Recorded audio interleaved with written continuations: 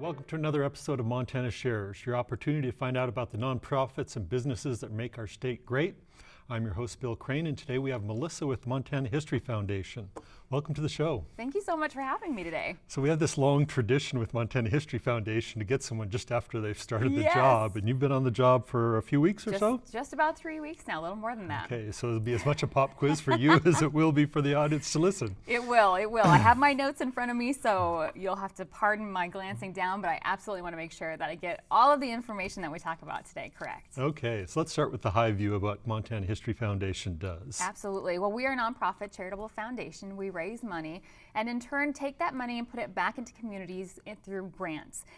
Those funds are used to preserve historic buildings, capture oral histories, protect historic cemeteries, care for collections and artifacts, and enhance knowledge and outreach. And so that money is then put back into Montana communities across the state. Real simple mission, basically. Yeah.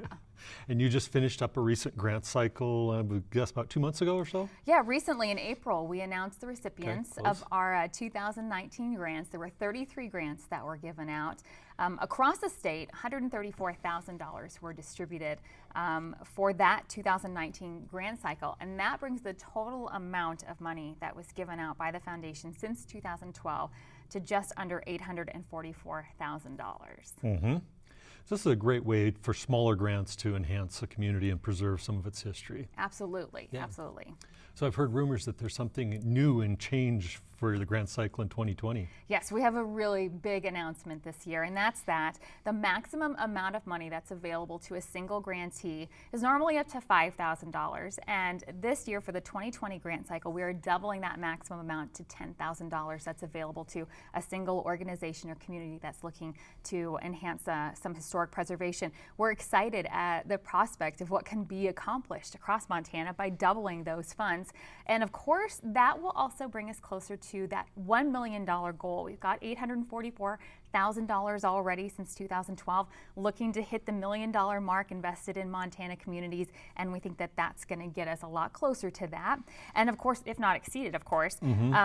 Aside from looking to reach that $1 million mark, the other goal is to get into every Montana county. We're in 46 out of the 56 Montana counties right now that grants have been distributed to, so we have 10 counties that we're still looking to get to. So on top of trying to reach that $1 million mark of grants given out, we also want to make sure that we are getting into every county that we possibly can. So are they like the far corners, or do you know which ones they are? I don't know them specifically, but not entirely in the far reaches, kind of scattered all over the place. Okay. So we definitely want to make sure that we can cover that map as full as we can. Okay, so someone in those 10 counties or any other county hears about us and listens to the interview. What do they do if they want to participate in this and apply for a grant? What's the procedure? Well, absolutely. Let me give you an outline of a couple things that are important. First, our grant cycle for 2020 opens on November 1st, and it's going to close on January 10th. So there's some important resources to keep in mind for folks that are interested in applying for a grant. First, that's our website, mthistory.org. That's where you'll find everything that's necessary for learning about eligibility, project guidelines, and of course, there's 5 primary areas that we look to, and those are historic buildings and structures, historic cemeteries and sacred sites, oral histories, collections and artifacts, and the education, research, and outreach as well. So all of that information is on our website. And then secondly, we host grant writing workshops, and we've got about 6 of those coming up here in the next couple of months across central Montana. They'll be in August and October, and those workshops are led by our grants manager. And they're, like I said, in central Montana communities coming up in the next couple of months. We have the information for those on our Facebook page and our website. If people think, well, I'm not quite sure if I know much about this or how to get started, that's a great resource to find out. The details can be found online, as well as a link to register if there's one that's close to you. And it's a competitive process, this grant process. So the more that we can do to get people informed and understanding of the process, the better their chances of getting it. And especially as we're doubling to that $10,000 mark, we really want to make sure that we're getting people in there and following those guidelines. And Of course, if you have questions and you need help, reach out and give us a call. Our phone number is on the website, and we'll answer questions, help develop that grant application. We want to help people be as successful as they can to get that funding. Right.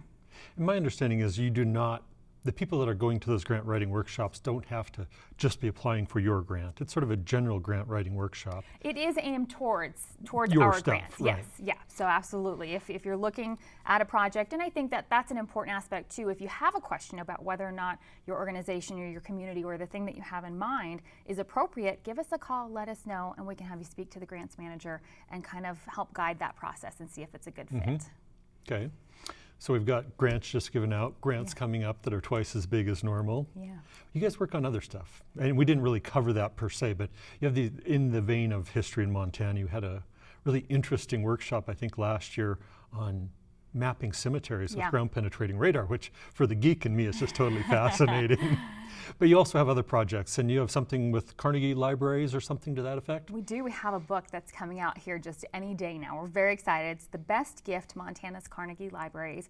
It's a gorgeous book that looks at the 17 libraries that were built in Montana between 1910 and 1922 through funding that was provided by Andrew Carnegie, the era's richest man at that point in time. Book's going to be on the bookshelves here in August. And the author is Kate Hampton. She's an architectural historian, and she's providing the stories behind those libraries. And Tom Ferris is a photographer who's captured the image and traveled across the state to capture these gorgeous buildings. There's architectural renderings included and historic photographs to back that up. So we're looking forward to the book hitting the bookshelves, but also to some events that we have to correspond with that.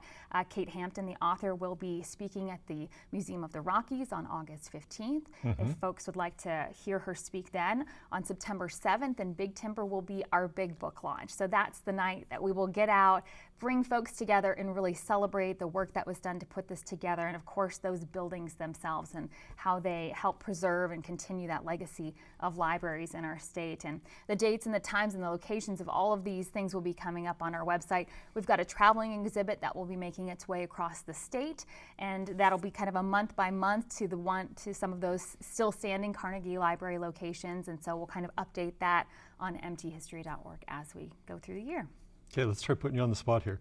I don't know off the top of my head of any Carnegie Libraries.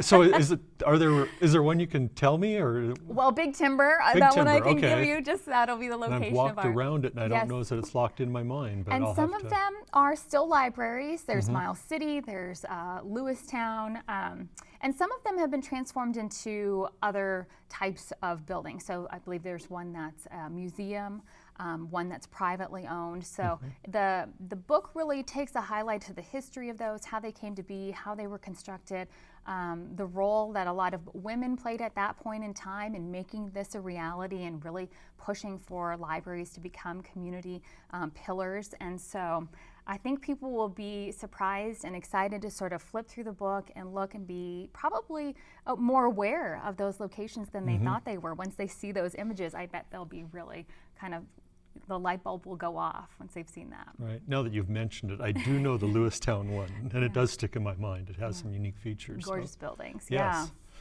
And so beyond the book and lots of things there, what else do you have going on? What other events coming up? We have a huge event that we're really excited to get people involved with, and that's our 3rd annual Antiques Appraisal Fair that we have coming up in Butte in October. It'll be at the Butte Civic Center. It is with our partners from the Butte Silver Bow Public Archives, and there's 2 ways that you can enjoy the event. First, you can purchase tickets for an item or items to be appraised, and it's $20 per item that you'd like to have appraised, up to 3 items. So that would be $60 if you'd like 3 items appraised, $20 for one.